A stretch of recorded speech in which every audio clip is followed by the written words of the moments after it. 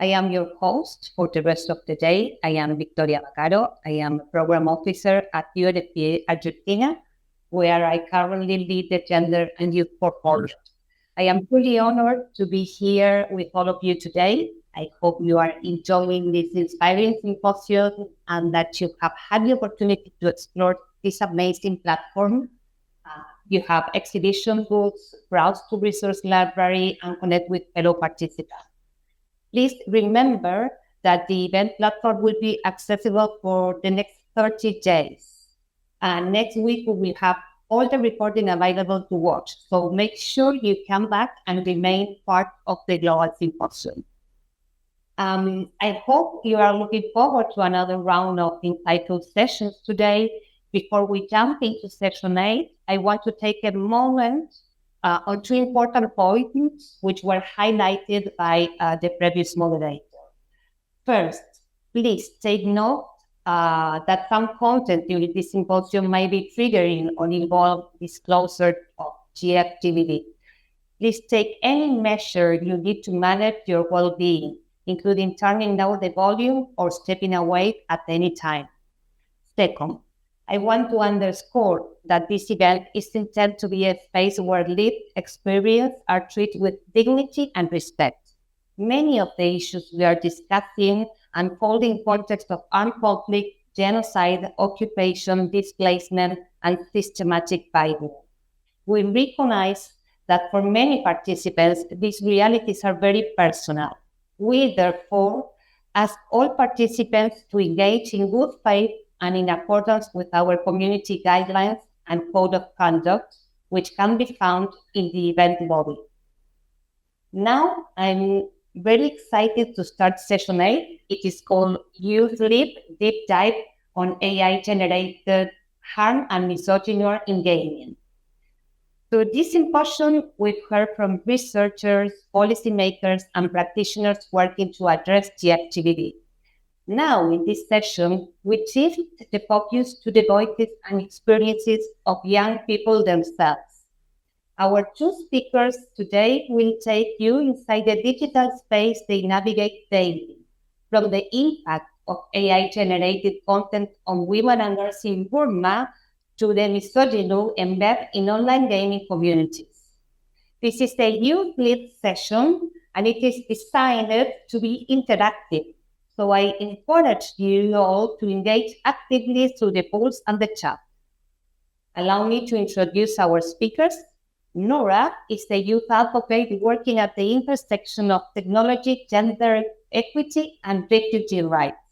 As a member of both Plan International Youth Advisory Board and the Global Young Influencer Group, she brings essential youth perspective to global discussion regarding digital safety and technology-facilitated harm. And Jennifer Lufau is the founder of Afrogameuses, an association of over 900 members dedicated to the inclusion of Black women and marginalized communities in gaming. Since 2020, Jennifer has been actively redesigning gaming to be more inclusive, vibrant, and narratively rich. Nora, the floor is yours. Thank you. Hi, everyone. Thank you, Victoria. So my name is Nora, and I'm very grateful to have the opportunity to speak with you all today about really kind of just an experience that I've had growing up in a really interesting era of technology, an era in which AI-generated imagery is all around us. So sorry. For some reason, my Zoom meeting is not letting me in my screen.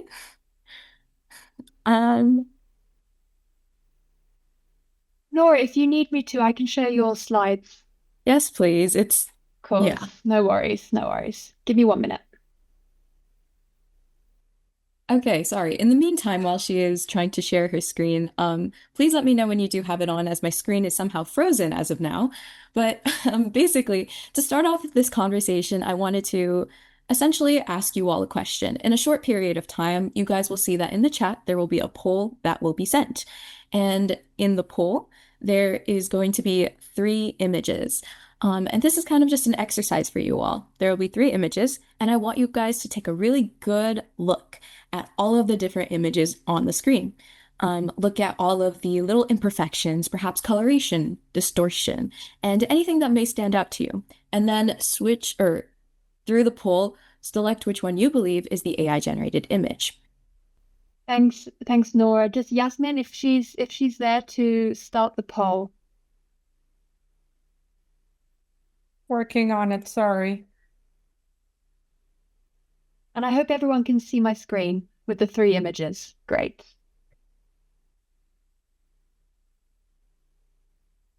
Oh no, wait, this is not the right one. Sorry. First one, here you go.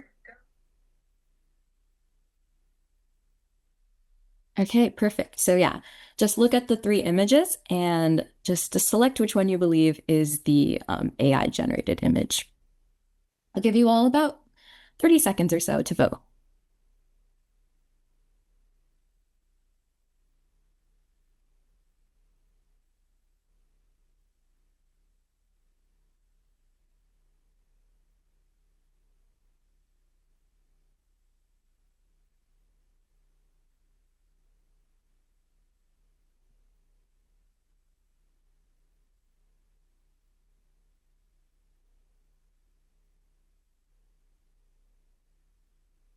Okay, that was 30 seconds.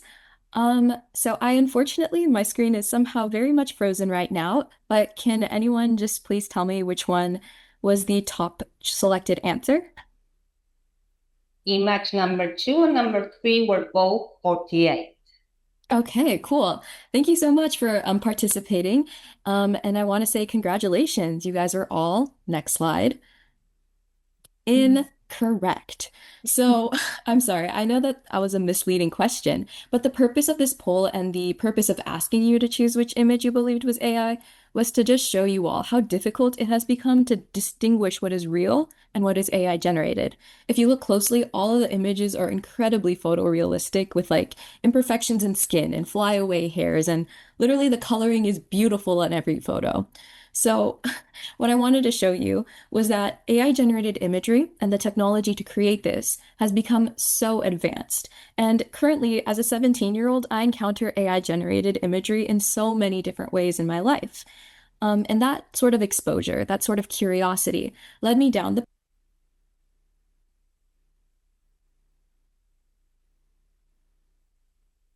Have we lost Nora? I think we lost her, sadly.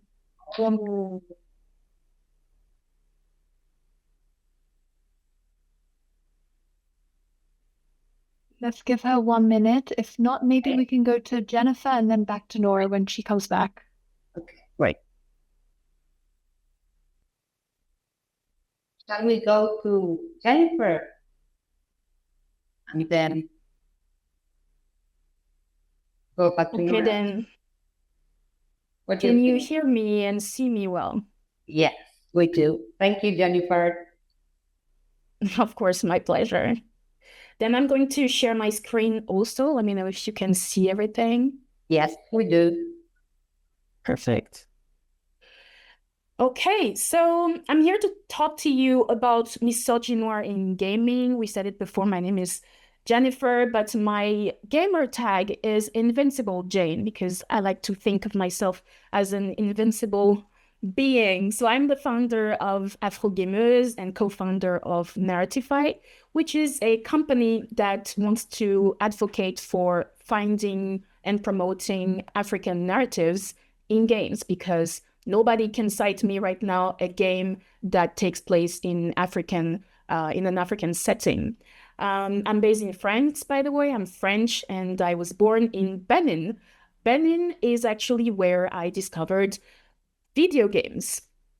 And I want to tell you a little bit about my own journey. Then I'm going to ask you about if you guys also play video games or not. So I started playing games back in Benin. It was actually when I was going home, I was going back home from school, right? And I found this cyber coffee place where people would be using computers The place was completely empty, but it was completely new to me. And so I wanted to discover what this place could actually hold. So I took my friends, my classmates with me to get into that place. And the first thing we saw on the computer was a game called Prince of Persia.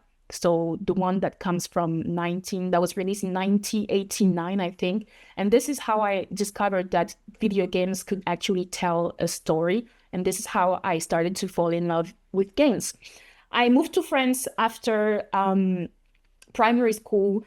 And when I arrived in France as a teenager, my brother introduced me to online games, which I hadn't tried before. Online games are what made me even more fall in love with games, because you get to play with people, you get to talk to people. I could make international friends. I actually improved my English by playing games with people from all over the world online. So I discovered the right side, I guess, of gaming, but also the dark side, because I discovered as a young woman that I could also face toxicity while playing video games. So I want to first ask you, do you play online games? I know we have a poll that people can reply to, people can answer. So let us know if you play games regularly, if you play games sometimes, if you never play games at all, or if your kids or your relatives actually do play games. Make sure to answer the poll. I'll give you a couple of seconds as well.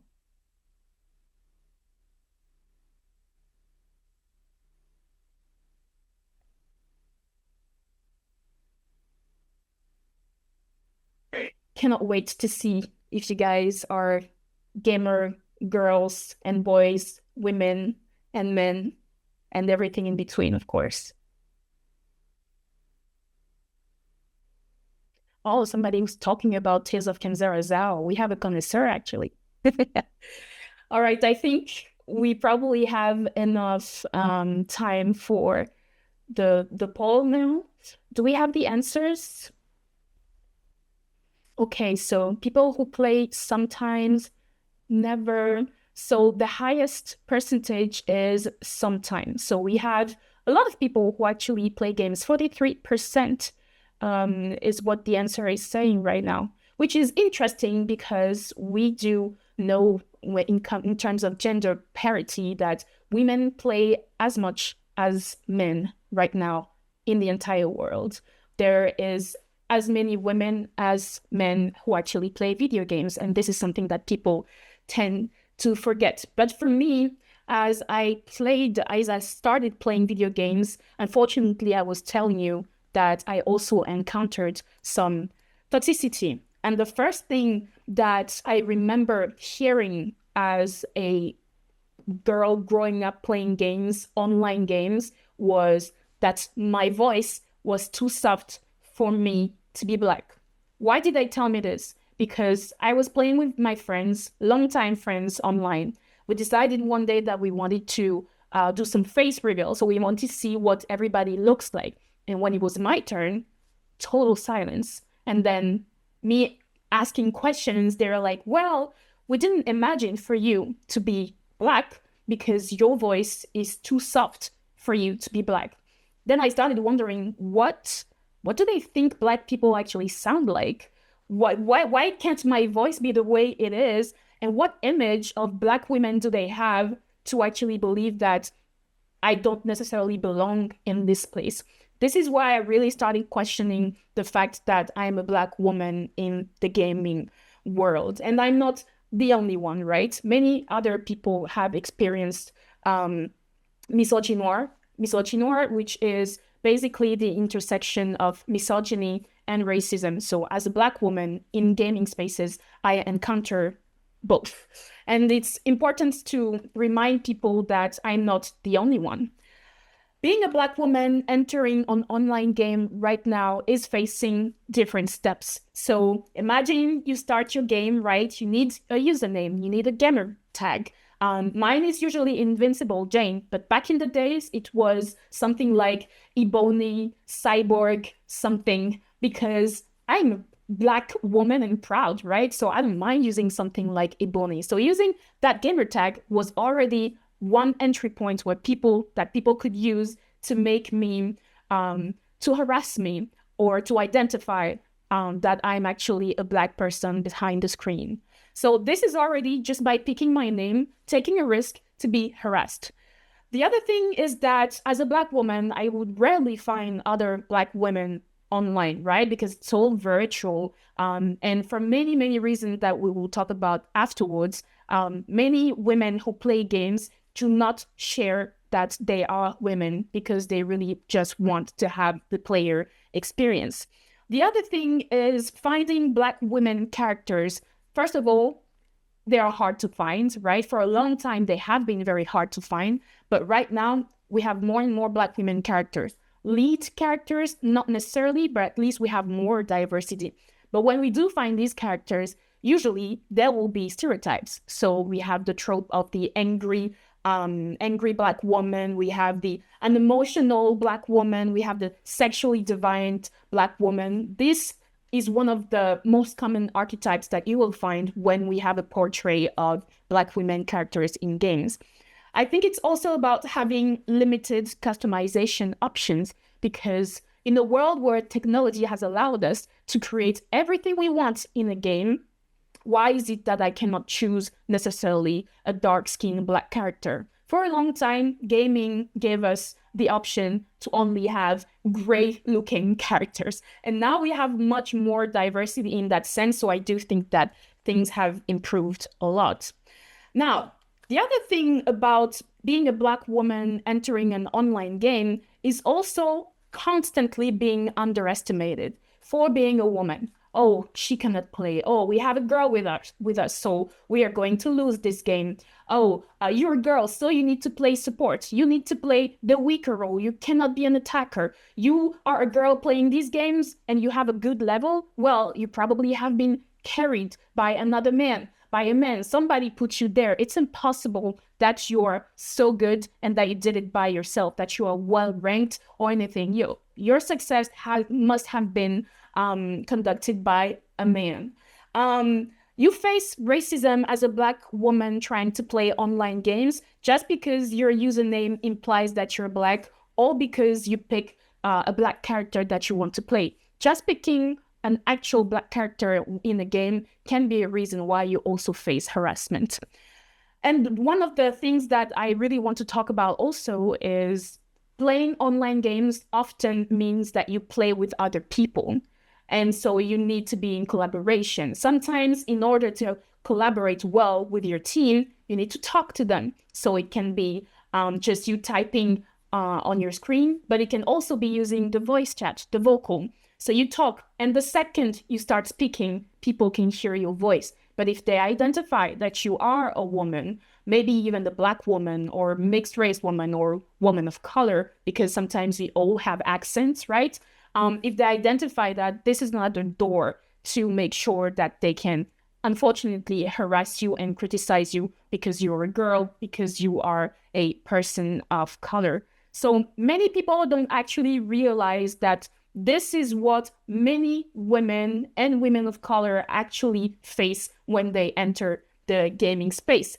And all of this isn't even done because these are specific experiences, but they belong to a systemic world in the world of gaming. Obviously, we have playing in games, but there is a whole ecosystem of games. We have streaming, we have esports, we have the fact that we can create games, we can be game developers, we can do some voice acting, and Misogynoir also happens in these spaces. So in streaming and cosplay, just the fact that you are in front of your camera, streaming to other people, showing your face, again, is one excuse for people to do some hateful raids. So basically, they will bomb you with comments over and over and over and over again. These comments can be sexist, they can be misogynistic, they can be racist, they can be many things at the time, just because you are a Black woman. I remember the first time I streamed games. It was my very first time streaming a game that I was actually playing games with my community, Afrogameuses. We were about 10 women, and it was our very first time streaming.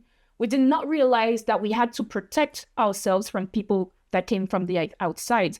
We gave the code that would invite people from the exterior world to join us so that they could play with us. And we should never have done that, because once we gave them that code, they entered our game and they started using the game platform to send some racial slurs in the chat. And I'm talking the N word and plenty of other stuff. This very first streaming experience taught me that I had to carefully protect myself and also my community, because there was no way we would undergo so much hate just by being Black women playing online games together, right? So in the cosplay community, it is different. Cosplay basically is trying to portray a character that you love. It can be a game character, a movie character, anything. And so Black women who want to cosplay face even more scrutiny and harassment just because they are Black. They should not be allowed, according to some people, to portray and to cosplay white characters, Asian characters. Most of the characters that people usually want to cosplay come from the anime and manga culture, who are all Asian, by the way. And yet some white people do criticize these Black women for trying to portray Asian characters. It also happens in esports, right? When you want to start playing as a competitor, you feel excluded because people will constantly underestimate you. Being a Black woman who wants to create games also can mean that you face harassment, or at least that you face obstacles that show you that you're a woman, so you cannot be given money to actually make your game. And one last, I think, example that says a lot about gaming behaviors when it comes to characters in games. When you have Black women characters who come out, some people get so angry that they whitewash the character and they make sure that their skin is much lighter because they prefer it that way and they think the character should have been like this in the first place. So this is another example of how Misogynoir actually happens in gaming right now. And just, again, one last example, which is about this actress, Tati Gabriel, here on the left, a real actress, an existing one, right? Who is the voice actor and even the face of one character that will be released, I think next year or maybe in 2028. She is the face of one very big game that will come out very soon. And just the fact, again, that she portrays this character, the fact that she's a woman, the fact that she's Black or mixed, the fact that she's a bold woman, the fact that the character doesn't necessarily try to be too feminine, is something that makes some gamers angry. And unfortunately, they started harassing her just because of the way she looks, how she exists, and how she decided to portray this character in a game that is not even out yet. Now, what does all of that do to actual Black women who have to face misogynoir in gaming? It creates a lot of behavior that make them want to protect themselves, and it definitely makes sense, right? So what you do when you receive that behavior is that you try to hide, you try to censor yourself so that you can shield yourself from the harassment. So you stop playing video games.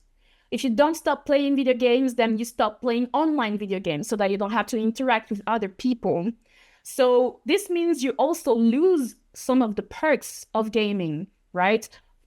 Gaming should be a way for you to socialize, to share a passion with people, to sometimes improve your English, just like me, to improve your communication skills, your leadership skills, your strategic skills. You're losing all of that because of online harassment.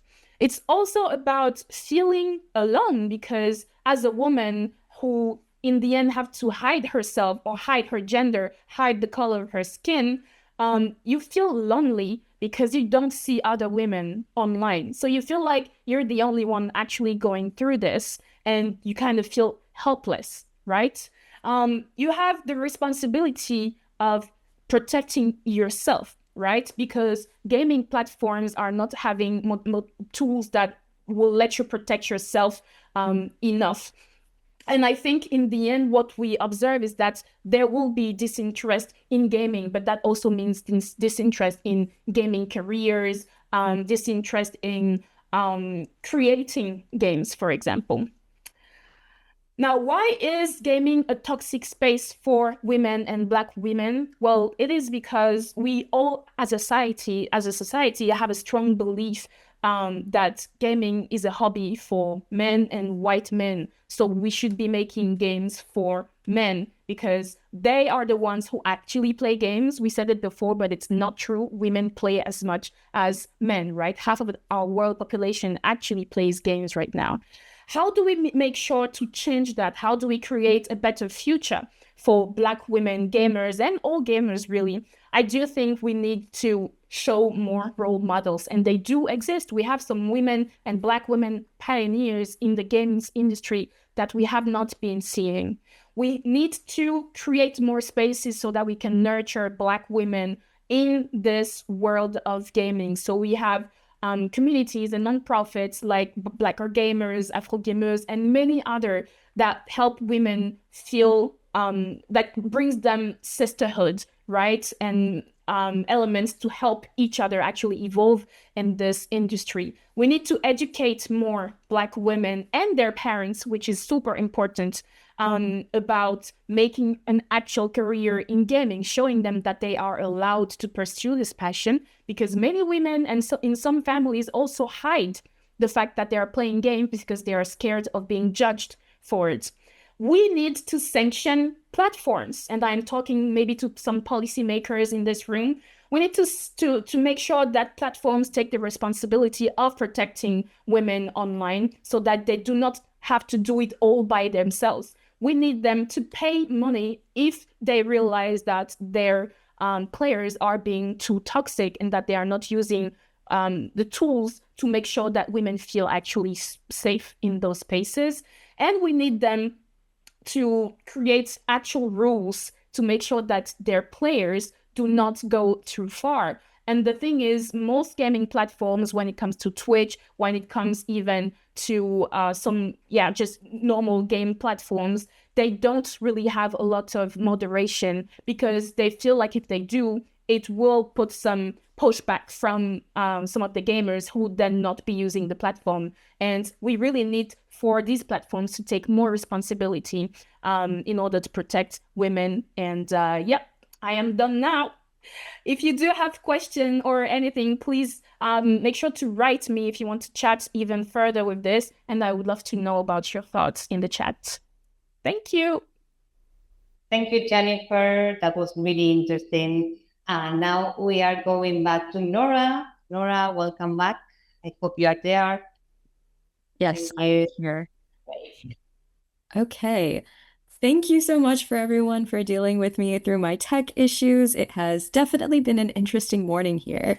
So let me just share my screen really quickly and we can just get started right again.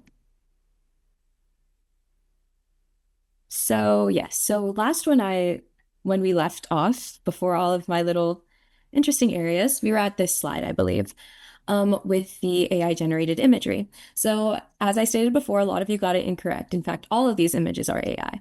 And it does say something about how undistinguishable it is, or the technology has become from real images.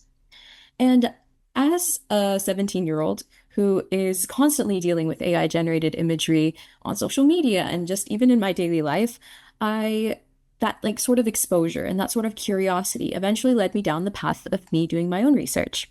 So I have currently been studying how adolescents aged 13 to 17 perceive how AI-generated imagery, and I conducted this research in a country called Myanmar, which is a Southeast Asian country.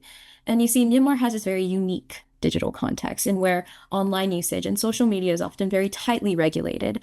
And so therefore, I thought it was going to be a very interesting environment in which to explore how young people interpret images online. Now, I can't share many of my findings, but I can definitely share with you some of the conversations that I've had with people my age there. So the first one is someone once told me, someone can take your face and put it somewhere bad. Even if it's fake, people will believe it. And another one told me, Sometimes when I scroll through my reels, I fall for the AI images. Honestly, I'm getting scammed in the future. And that's honestly very relatable to me, but it also reflects a very large fear that a lot of us have. For us, it can only just take maybe 15 to 30 seconds to create and write a prompt that generates an image.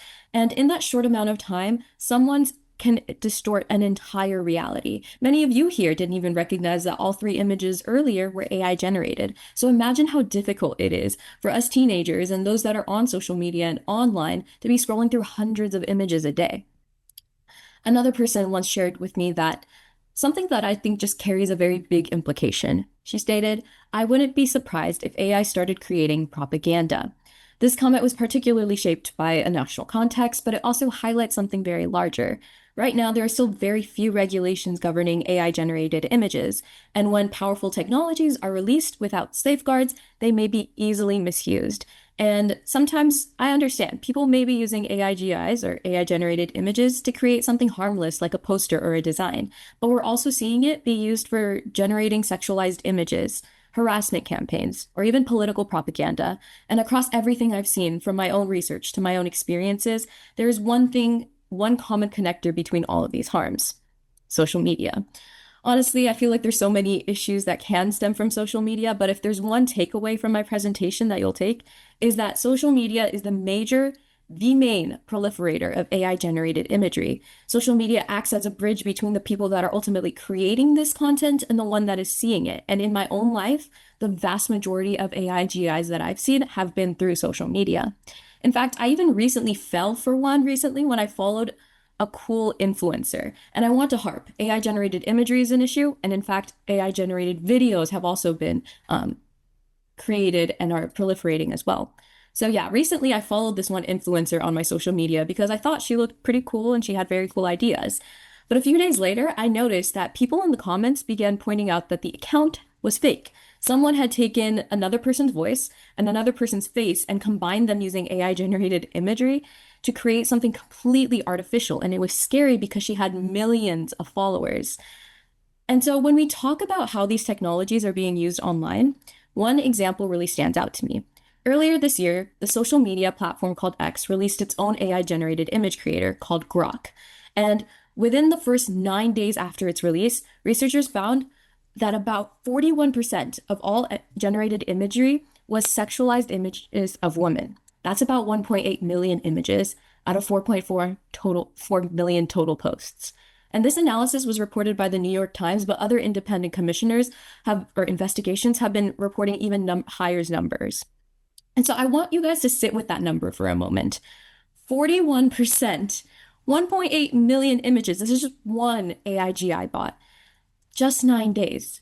And honestly, personally, I saw some of the images as well on my own X feed, where I saw some of my favorite celebrities, from Lisa of Blackpink to Olivia Rodrigo, and their photos were suddenly circulating in sexualized, non-consensual situations that were created entirely by AI. And seeing that content spread so quickly is incredibly disturbing. In a recent study released just last month by UNICEF, Interpol, and a few other partners, researchers found that across 11 countries, approximately 1.2 million children have been reported being victims of AI-manipulated sexual deepfakes. 1.2 million children. I hope you all get to see that this isn't a reality. This is a very close reality to so many people my age, and it's not a distant problem. And so because of that, I wanted to share a story about just how real this issue can be in, for instance, my life.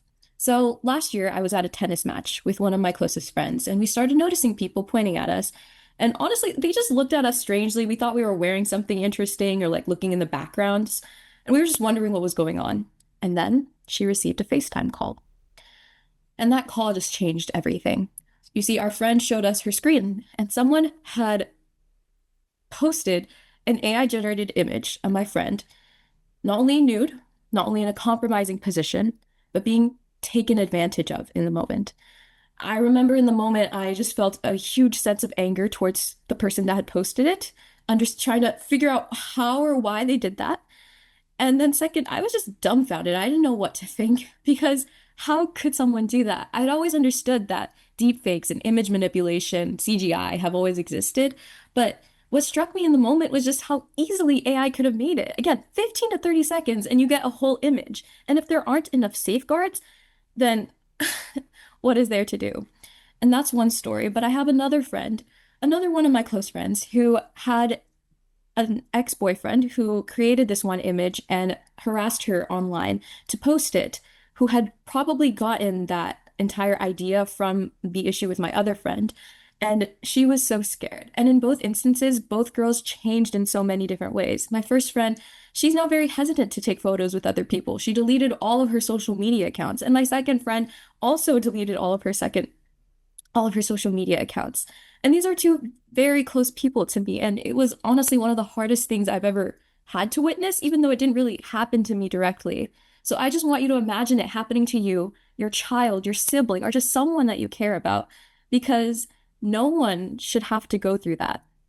So overall, the safety mechanisms, as you can see through the data, through my stories, it's just simply not enough, which is why I believe there are 3 critical actions that we need to be taking. First, AI tools should not be deployed without safeguards that prevent image-based abuse and non-consensual image generation. It only takes a few seconds to generate harmful imagery. 15, maybe 30 seconds. You guys could do it right now if you went on ChatGPT or perhaps Midjourney or perhaps DALL-E.